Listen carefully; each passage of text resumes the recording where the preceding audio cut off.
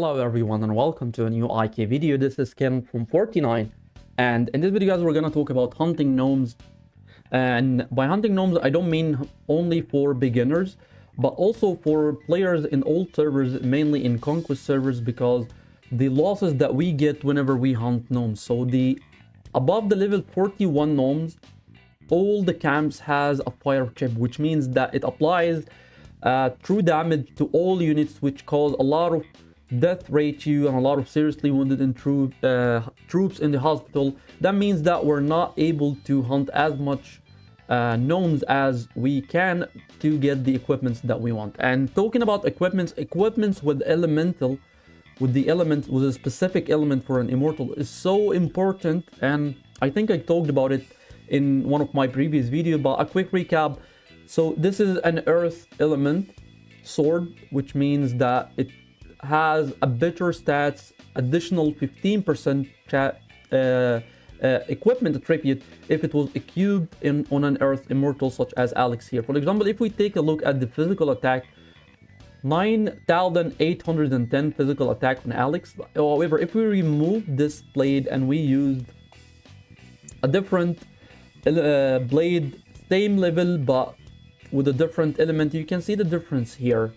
9,526, almost a difference of 300 physical attack, just because you have the right equipment for the right immortal. This is why equipment is so important, and to get these equipment you need to hunt a lot of gnomes, because the drop rate is kind of very low. So you need to kill a lot of gnomes in order to get the equipment, and killing gnomes means losses. However, I managed to build this earth march in order to minimize the losses, and I'm gonna go through each and every skill in a second, but let's take a look at the reports first.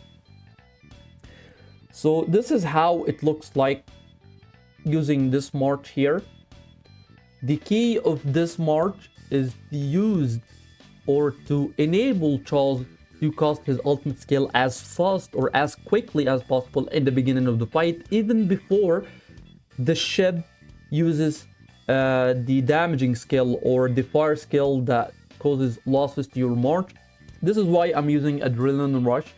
Every normal attack has a 50% chance to gain 150 extra energy, and I'm using Wind Rage to trigger more normal attacks, which means that a higher chance to proc Adrenaline Rush. The more you proc Adrenaline Rush, the faster Charles casts his ultimate skill. And I'm using Energy Burst since I'm using weakness, so each and every normal attack or each and every proc of Wind Rage has a chance to crit, which means has a chance to apply 100 energy. So I'm using Charles, I'm using a lot of energy regain skills on Charles, and of course I'm using Rage Blessing. It has a chance to apply to 3 random units, but still Charles could be one of them, so it is a 75% chance to apply to Charles. And I'm using Speed Blessing to increase the attack speed of all troops by 30%, which means Charles could proc more normal attacks in the first 12 seconds of the battle, which means more Adrenaline Rush. I'm using Cleopatra, I'm using Spell Centurion on Cleo just to help with the damage, and I'm using Combo, I'm using Heavenly Thunder on Alex along with Berserk. Alex is mainly for damage as well. And I'm using Misleading on Cleo to reduce the accuracy rate of the enemy, which means that I'm able to dodge a lot of physical attack. Oaken Guard reduce the physical attack of the enemy as well. Right, taking a look at the report, this is how the losses looks like. 93% death versus a fire airship is actually very nice to have. Taking a look at these reports. So this is very interesting report, and we're gonna watch the reply because this is actually very important. You will notice in this report that Charles managed, take a look at Charles' energy regain very quickly.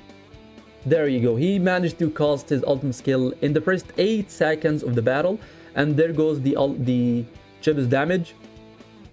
It did not deal any damage to my mark, and there goes one more shield, and then the third shield in the fight, which means we got only 5 deaths in this fight, and less than 10 seriously wounded troops, right? Yeah, 8 seriously wounded troops. So this is how it looks like sometimes. It is kind of RNG most of the time.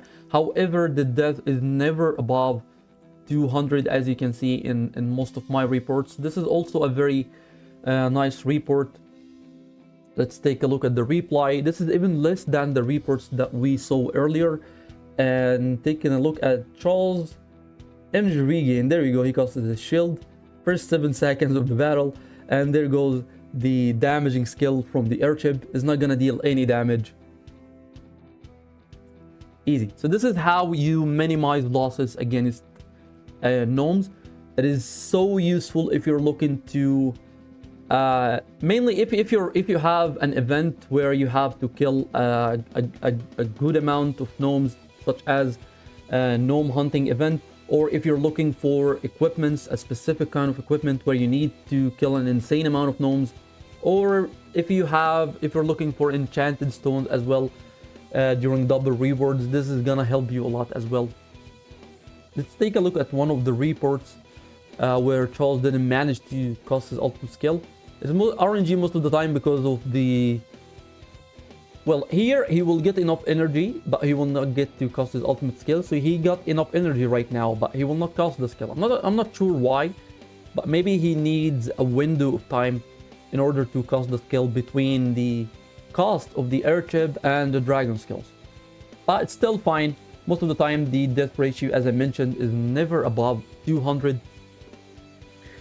And sometimes you could broke a lucky hit, such as the one that I showed you, like this one here. Right, here is a last look at the build that I'm using right now. I think this build could work for any other March as long as you have these skills on Charles. So give it a try and let me know how it goes with you guys. This will be all for this one, and now let's switch back before someone finds us in the arena. Thank you so much for watching. Don't forget to subscribe to the channel and have a wonderful day.